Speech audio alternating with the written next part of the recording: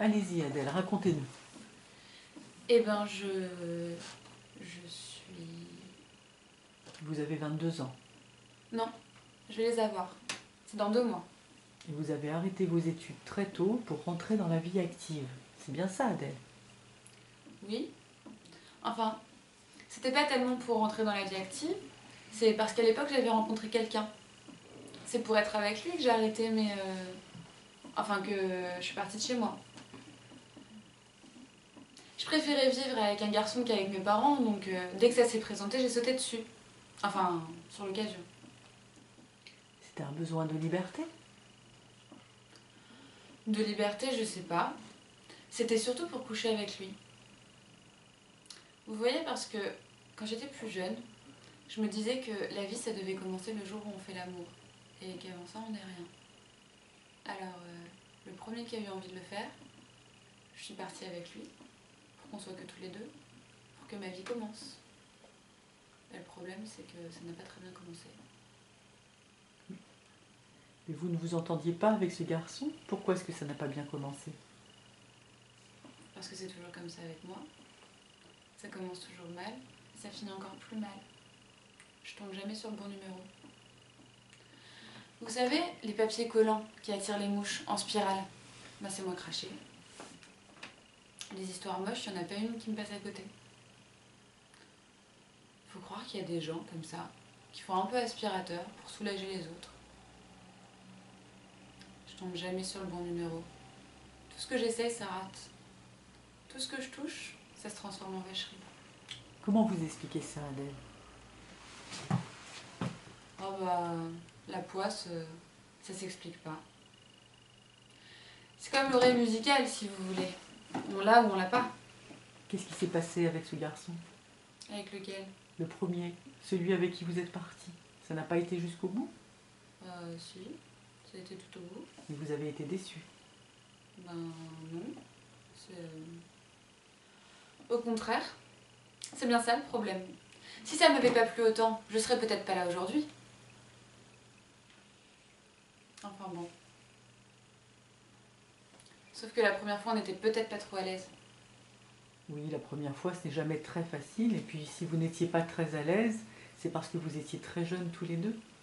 Non. C'est parce qu'on était au lavabo d'une station-service et que c'est pas très pratique. Je sais pas si vous avez déjà essayé. Non. C'est pas pratique. Surtout sur les autoroutes. C'est moi qui avais eu l'idée du stop car je croyais que les histoires d'amour, ça commençait toujours au bord de la mer. Mais le stop, c'était pas une bonne idée. Remarquez, hein, c'est normal aussi. Car quand on fait le compte, des bonnes idées, j'en ai pratiquement jamais eu. C'est toujours pareil. Je m'emballe trop vite. Je réfléchis pas. C'est ça mon défaut. Heureusement que quelqu'un m'a ramassée parce que sinon j'aurais été capable de me jeter sous un camion ou sous autre chose. Qui vous a ramassé? Ah ça, je peux pas vous dire son nom parce que c'est un homme marié, un psychologue. D'ailleurs, il a tout de suite senti que j'avais un coup de cafard carabiné. Il s'est mis en 4 pour me remonter le moral. Il s'est même tellement mis en 4 que j'ai même cru que j'étais tombée à moitié enceinte. Coup de bol, c'était juste l'appendicite. Enfin, coup de bol, façon de parler parce que avec l'anesthésiste, on peut pas dire que j'ai eu énormément de bol. Mais vous avez eu des problèmes avec l'anesthésiste?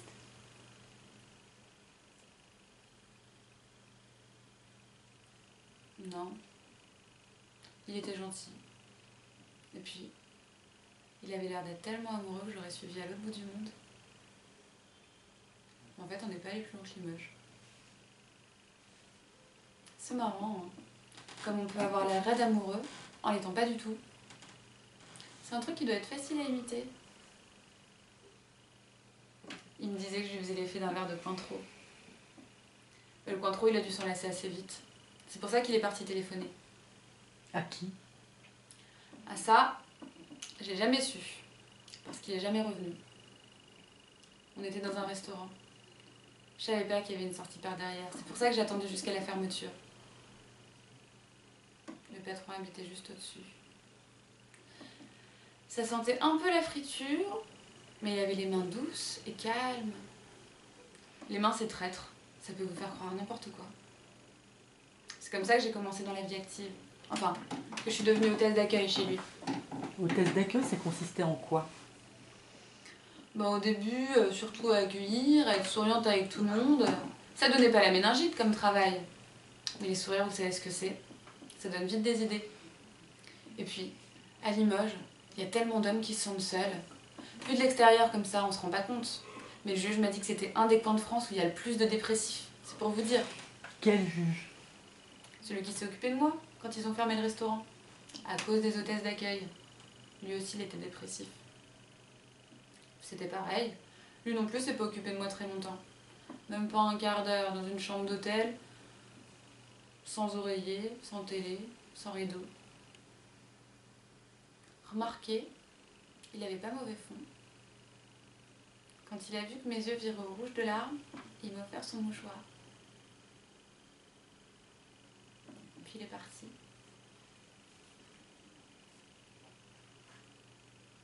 Peut-être que j'ai jamais mérité mieux. Ça doit être écrit quelque part. Je sais pas où. Il y en a qui sont faits pour vivre en rigolant. Moi, j'ai jamais passé un seul jour de ma vie sans me faire avoir. Tout ce qu'on m'a promis, j'y ai toujours cru, mais j'ai jamais réussi à rien. Ni à servir à quelque chose, ni à compter pour quelqu'un,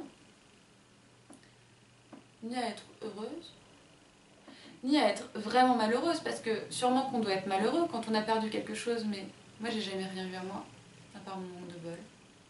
Comment vous voyez votre avenir, Adèle? Je sais pas.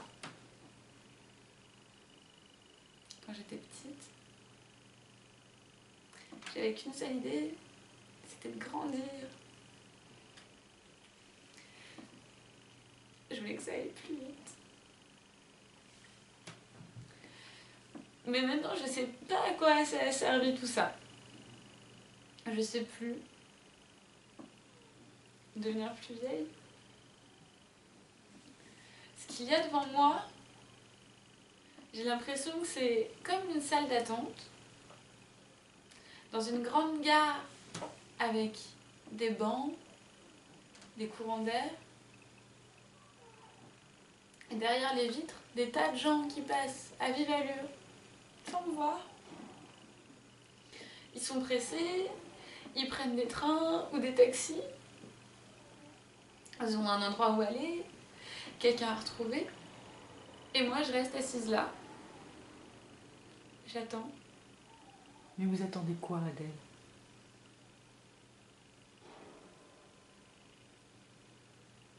Qu'il m'arrive quelque chose.